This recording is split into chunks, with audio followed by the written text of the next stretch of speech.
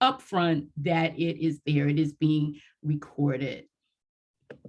The other thing is, while you have about 45 seconds, because we have to move quickly because I have so much stuff I want to share.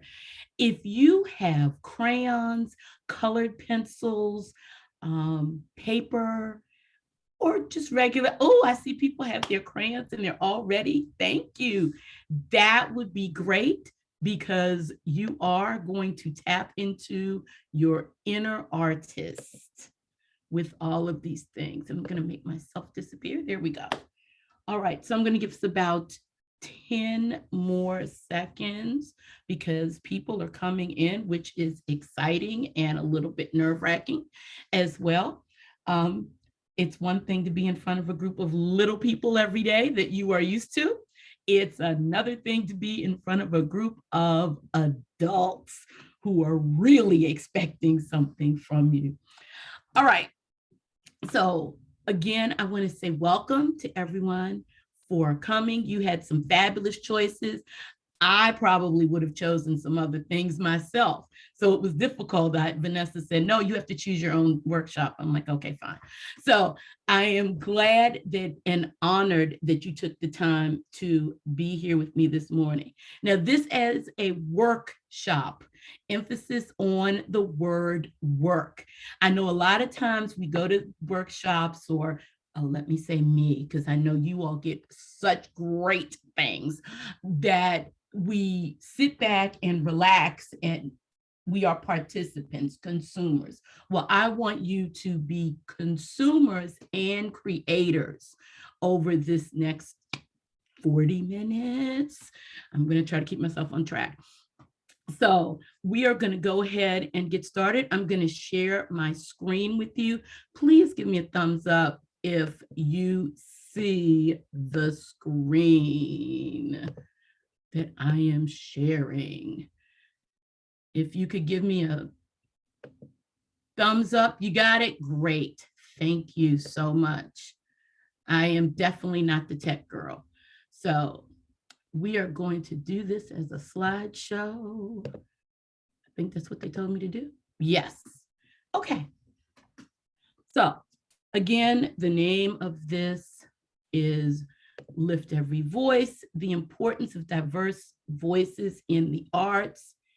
As you know, the Black Lives Matter curriculum fair, all of these things, excuse me, that are coming up. So just a very, very quick snippet about who this person is running her mouth and that you're going to be looking at for the next few minutes. My name, again, is Ann Smith, and I am a teacher of the arts. I have taught pre-K through 8. I have taught students with every alphabet soup behind their name that you can think of. I currently teach in Alexandria City Public Schools. I have taught in Prince William County Public Schools, Arlington County Public Schools, worked in Fairfax County Public Schools, and yay, DCPS as well.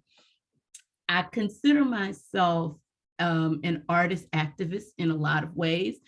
And I have gone to schools as diverse as Northern Virginia Community College, Trinity University, Washington, which was a women's school, Howard University for music therapy, and get ready, hold on to your wigs and keys. I graduated with my EDS and EDD from, I should look at your faces for this one, Liberty University. Now, I know people are saying, come on, because every time I say that, people look at me and say, you went to Liberty and you, yes, I did. And it was a strategic move for a couple of reasons. Number one was that I knew the work that I was about to embark on was going to be hard. And I figured that if I can get it out of those people, that I would be able to take this on wherever I go. And it has proven to be beneficial. The first one, when I got my EDS, it was about culture clash in the classroom. And of course, I was advised to tone it down, and I didn't. And then the doctorate was about teaching culturally responsive pedagogy in the arts. So I have done the research, I have done the work, and they can't mess with me on that one. So let's get started with the more important things. Enough about me. Why the arts? So we're looking at the arts as a whole thing. The arts are a part of who we are. This is an area where the intersectionality, diversity, empathy, globalism, which is part of the 13 guiding principles, come together. The arts is a place where all students, especially starting in elementary, where we get them. You know, at least from what I have found talking to other teachers, you might get 20 minutes a week of social studies, unfortunately, in civics in elementary school. So if we don't diversify the way we teach these things, we won't build up their appetite for history and civics and social studies and understanding who they are and their place in the world. My tool, and that's why I am a teacher of the arts, because I am first a teacher. The arts is just the means that I use. So the visual and performing arts are a part of the methodology of the 9 intelligences that were discovered by Howard Gardner. And Gardner started talking about these things around 1999. And he was a psychologist and an educator. And he looked at the way that we learn. We don't all learn in the same ways. But unfortunately, in school, we teach the same way to everybody and then want to write the famous word differentiation, but we only differentiate the way we did it before. So you're really not differentiating because you're just differentiating on what you did before and not changing anything. I don't know. Does it make sense to me? Someone will explain it to me at one point. But Gardner looked at the ways that we learn and that we all learn in different ways. And if you look at them throughout, it is not just about being a visual or performing artist. That's not what we're talking about. You see at the bottom where it talks even in the bodily kinesthetic, excels in performing. Listen to the words that we're using. Interpersonal, organizing, group activities. Intrapersonal, understanding inner feelings, self-realization. Naturalistic, understands. Existential, concerned with the inner life of the body, mind, body, and soul. The whole child, what a concept.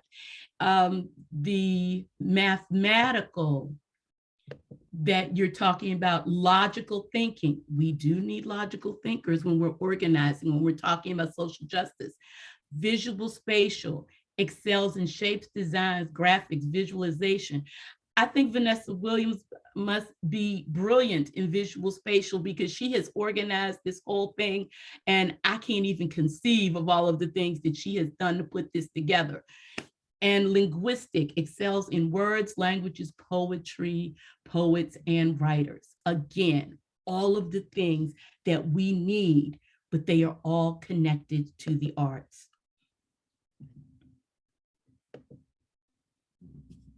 So one of my favorite quotes from Chinua Achebe is, "Until the lions have their own historians, the history of the hunt will always glorify the hunter." So that's a nice way of saying what? That until we start giving students the power and the tools to tell their own story, we're going to keep getting the same old stuff done the same old way. We have to learn to express ourselves the way that we do it, using the arts. And Einstein, who many consider to be a genius, said that everybody is a genius, but if you judge a fish by its ability to climb a tree, then it will live its whole life believing that it is stupid. So what do we do to our students when they come into the classroom?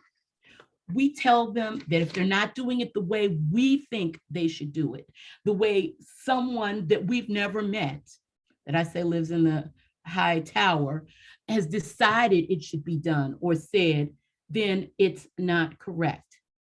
So we go back to what are the arts and why the arts? Well, when we talk about the arts, we're talking about visual, performing, and literary arts. We're looking at a few examples of how you can use arts in the classroom. So I will pull everything back into practical tools that you will be able to use in your classroom. Because that's the other thing. I like to leave people with something at the end of the day that you could actually use. Hopefully it's inspiring, but we want it to be useful as well. So the first thing we're going to look at is the oral tradition. And the oral tradition talks about a community's cultural and historical traditions, beliefs, values, legends, which are passed down. Now, a lot of times we do not honor oral traditions. We like well, where's the research? I can't find the documentation for that. So therefore, it is not right. It is not valid. But many traditions around the world still are oral traditions. Many families have stories, have truths that need to be told, but they do it orally. They didn't write these things down. One of the things that people are finding now when they're doing research, they're saying, well, I can't research my family tree. Well, did you ask somebody? No, the documentation, especially for people of color, is not necessarily going to be written down strategically and statistically, and this is where they were, and they came from here, and they did this. No, you have to look at oral traditions as what was coming from Big Mama, what she said. Well, I heard somebody did that.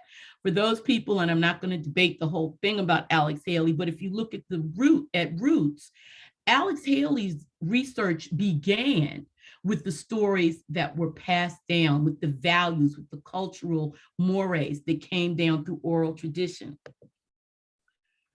Oops, sorry, quick. So spoken word, I've been doing a lot of talking, so get ready. You are going to be doing some work in a very quick minute. That spoken word takes in all of these things, the things that we pass down, the ideas, the words, the pieces, the religion, the values, all of these things are passed down from spoken word.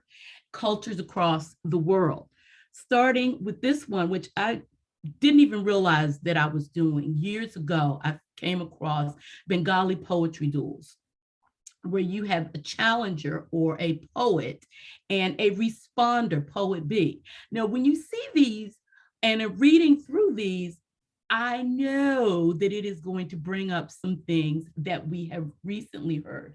But Bengali poetry duels not only come from Bangladesh, so we want to show students where things actually come from, not just throw it out at them to make some cultural connections around the world, but that this was going on in Bangladesh in the 800 AD. This is not a new phenomenon when you see these things, when you hear these things that come through. And I love the one-upsmanship. I didn't put upsmanship, I just put the one-ups. That I saw a dog with so many spots, his polka dots had polka dots. Huh. The dog I saw had so much hair, the rest of her just wasn't there. Well, ladies and gentlemen, that would be running the dozens if I were going someplace else in the 1920s and 30s. That came right through the way we were saying it, the way we are looking at it. This quote for me from Dr. Christopher Emdin, I always do it wrong, Emdin, sums up for me the use of the arts in social protest and arts in education. Activation, imagination, and liberation. And for those of you who might know him as the author of the best-selling book for white folks who teach in the hood, and the rest of y'all too, He is also a science teacher, and he uses hip hop as his methodology to teach. So we spoke earlier about the fact of using poetry duels similar to rap. This is a video from Dr. Emdin's hip hop ed program, and he has a 2015 Genius Award winning video where he has students use science, but it also uses social justice to talk about scientific principles. So we're going to watch just a few minutes of this one.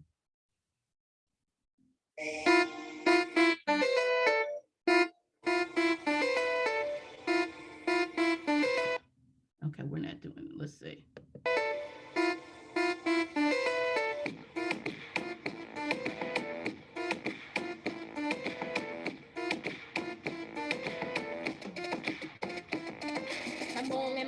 In the basket of divorce. I didn't know my father or my generated source. My eyes look so brown, my skin white like the snow. My mother is so different, her throats are beautiful.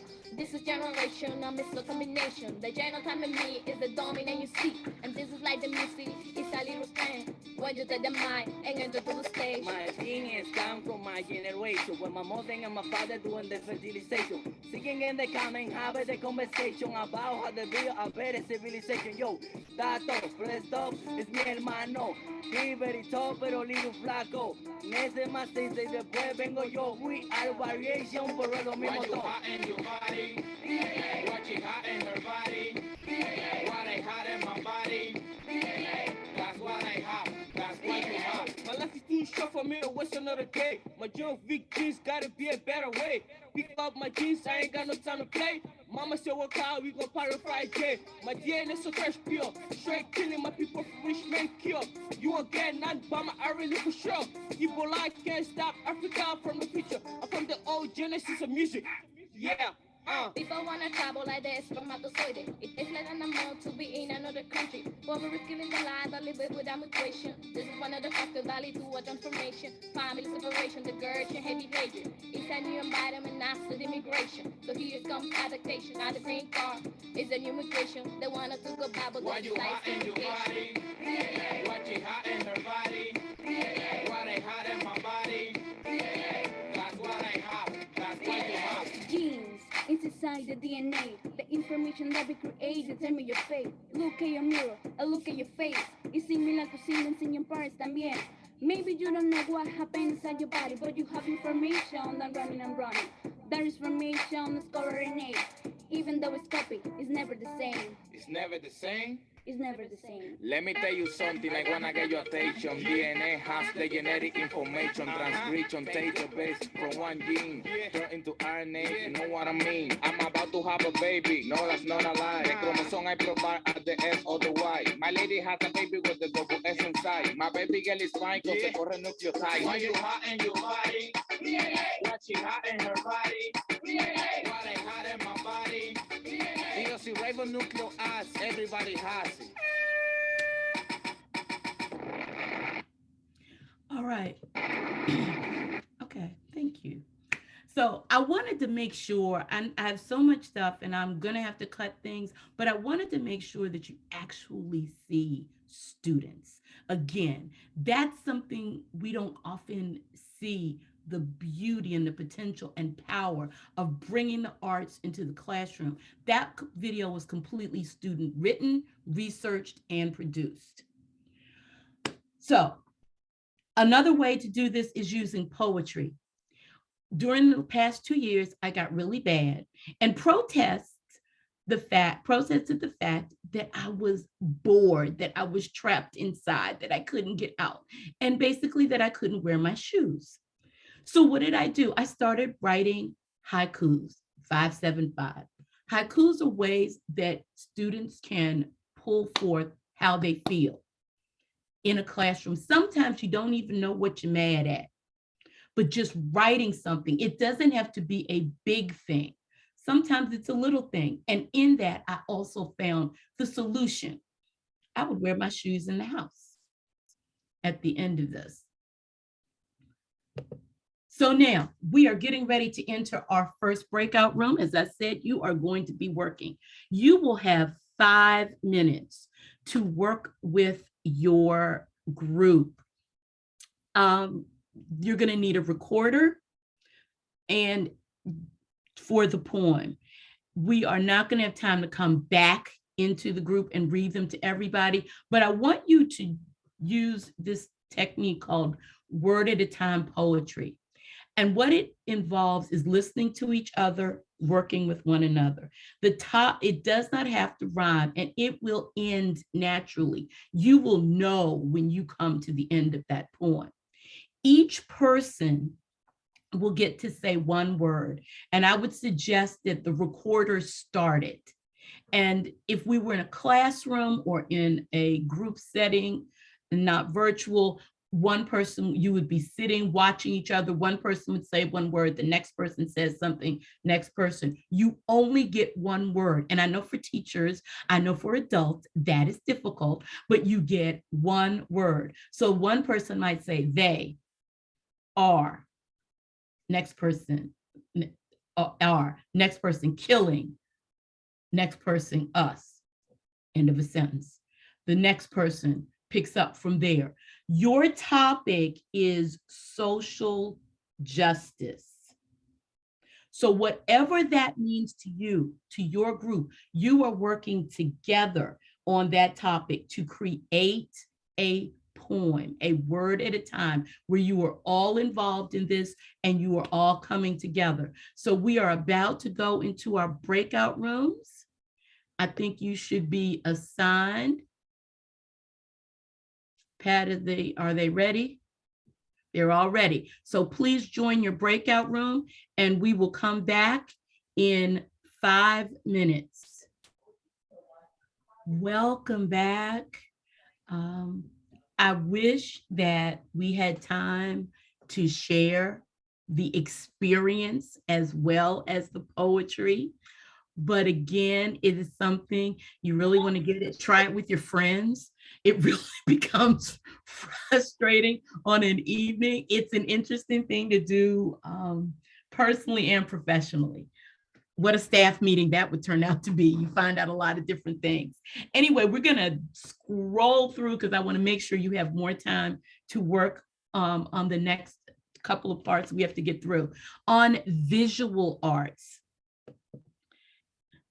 we've all seen things like this. We've seen the hieroglyphics. We look at them and say, oh, aren't they pretty pictures? And we move on. But we have to remember they also tell stories. And this is a story of the Terracotta Warriors in China. And there's a whole big thing if you have never learned about them, looked at them, but this was a message. They were part of the funeral art. And there are more than 8,000 warriors. And as you can see, there's sort of like, they're more than life size, but they are different sizes, different facial features, everything. They use this as expression, an expression of grief, an expression of honor, an expression of showing how they felt about their army, about their warriors. That was actually created in 221. They were buried until 1974 when they were rediscovered. This is called Brick House by Simone Lee.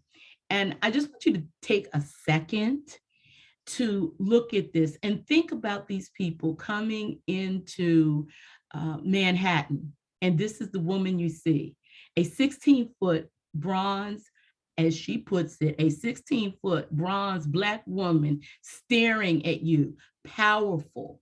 She used that sculpture to show people the beauty and power of Black women. There is one that is in Philadelphia, was the original one. This one, there's also one in New York, in Manhattan, on what is known as the Main Line. I'm rushing through these because I want to get you back to work.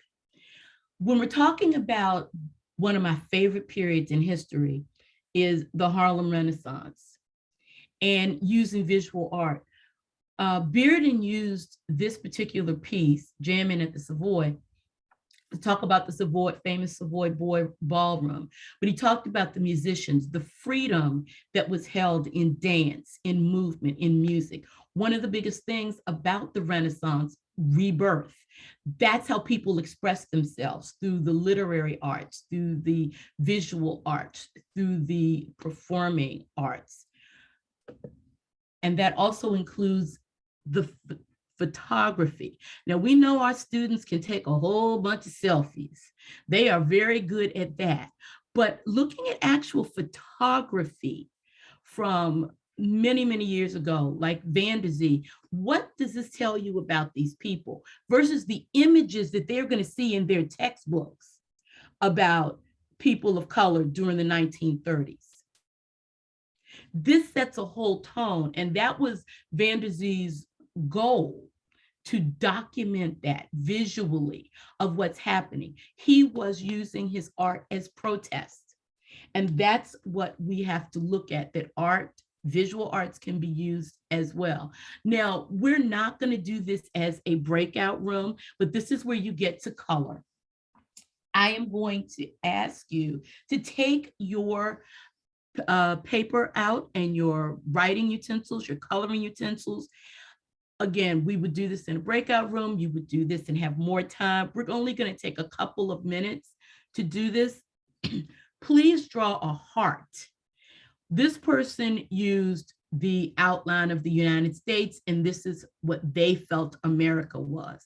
I want you in capital letters to write something that is close to your heart. It could be justice. It could be empathy. It could be equality. It could be equity. Whatever you want, put that in the center of your heart. And then fill that heart with feelings, with thoughts, with words. It could be justice. It could be love. It could be compassion. It could be fear. It could be faith. How are you going to solve that problem? Not just what the problem is, but put some words in there, action. If we were talking about the curriculum, how do we change the curriculum? Could be an issue. Think of an issue that's important to you and some of the words to fill up that heart. And you can use different colors, you can use all kinds of things, but I'm going to give you about a minute and a half, because I know some of you are great students and you've already started doing it.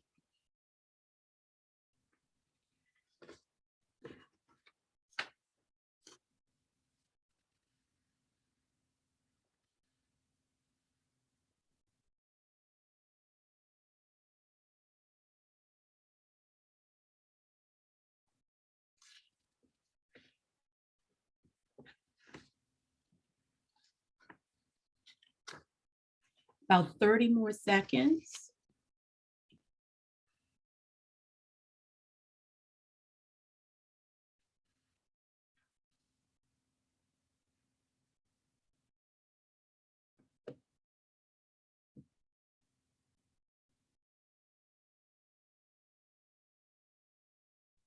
And I'm going to stop sharing for one quick minute. And if I could get like one or two people to just share out, first come, first serve, what their major word was and the words that surrounded that in their heart. Liz. Oh, you got to unmute. You're fine. So in my line of call is what I call it. I'm a candidate for deacon. Mine is children. I see children as the conduit to justice, period. I prefer kids to adults. So my large word was children. But then I wrote empathy, action, compassion, justice, and agency. I feel very strongly that when a child feels like they have agency over themselves and they have language, emotional language to convey, they naturally connect their allness to everyone's allness, and mission and justice results from that every single time. Absolutely. Thank you. Beautiful. And again, looking at that, and if your students were doing that, what a great thing to put up for Valentine's Day, to see what is in their heart, to decorate your rooms. Is there anybody who else wants to share really quickly? I'll go. Okay. Oh, someone else? Oh, Yeah. who was it? Hi. Okay. Hi. I don't see myself in the grids. So just really quickly, understanding I am a teacher. I do have teacher perspectives, but my first genuine response, sincere response to your direction, my main word is family. I'm the mother of 7 and lost 1 in 2010. Had a very reflective time just this morning as I listened to some of his music. We're all musicians and songwriters and working in the industry, and some of us as well as education. So I don't know if you can see this, and I can't even see it myself, but I know that I did not have enough room to write everything that came to my mind. I wrote love a few times, gifted, deliverance, help. I'm going to look at it. Concern, legacy, grow. As I do want to see my family grow. I want to see my unmarried children married, and with growing families. Have artists, gifted, talented, and so much more. Excellent. Thank you. So I would love to have an opportunity to have everybody share, but I have talked so much that time is slipping away from us. So I'm going to quickly thank you two for sharing. You see what can happen with this. You can see what can happen in this.